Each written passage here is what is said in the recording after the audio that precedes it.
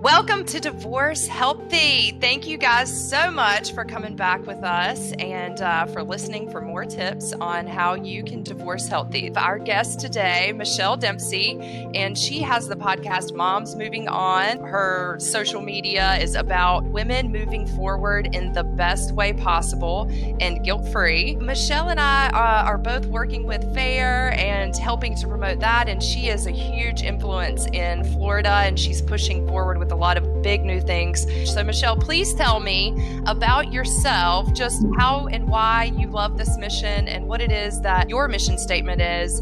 And you've done so well just being such an influence and a beautiful influence to women. And that's amazing. So I would love to hear all about that. Yeah, so I am a divorced mom. I got separated when my daughter was 2. I was 33. I had only been married literally about 3 years to the day. I knew it was coming for a long time and I prepared for it. As strong as I am and as much as I've been through and as many times as I've hit rock bottom and rebuilt myself, this was the first time that even with a wonderful extended family and lots of friends, I felt really alone. I got separated at a time where all of my friends were getting pregnant with their second kids. People were still calling themselves newlyweds. And it felt really, really lonely. And I always say I felt all alone on Divorce Island and everybody else was like off on like Happy Island partying. And there was this big disconnect. At that point, I was already writing for different motherhood publications like Scary Mommy and Parents. And I shifted the focus of my writing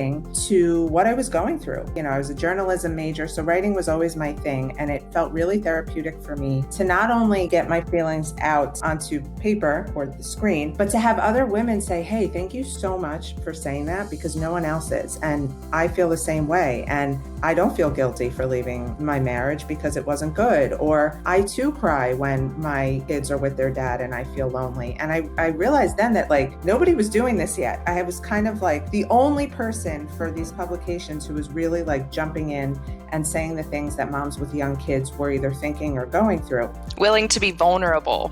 In an ironic turn of events, I met my second husband, who happens to be a family court judge.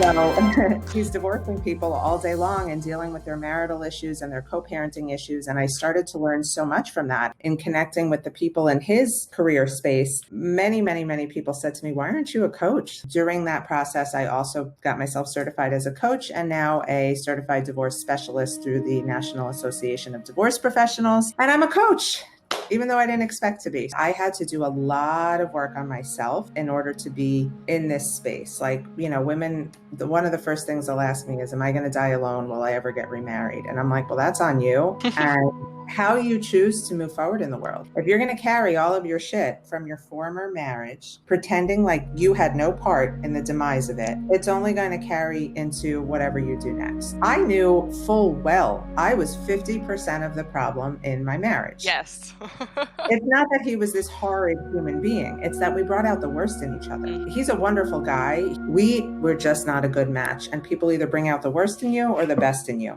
And I truly feel I had to be married to him for all of these like unresolved demons and issues and traumas from my past to surface once and for all so that I could confront them. I had been ignoring them and living in denial for a really long time. So you were preaching, girl. I've had that exact awareness. And I want to ask you this, because this is kind of, a big thing for me is adult children of divorce. So you are an adult child of divorce, just like I am. And so tell me, what effect do you think going through that as a child played on the demise of your first marriage? I can tell you full well, thanks to lots and lots of therapy and thousands of dollars spent, that I have an anxious attachment style. When you learn the attachment styles, your eyes open up and you're like, holy crap, that's what's wrong with me. So when you are a child, if you experience trauma or loss or lack of love from a parent or abuse, you tend to attach to other people to find validation within yourself. You can't be alone. You feel like a pile of shit unless somebody's paying you attention. And then the problem becomes you'll take any kind of attention. So you'll end up in a toxic relationship because, hey, it's better than nobody paying attention to me.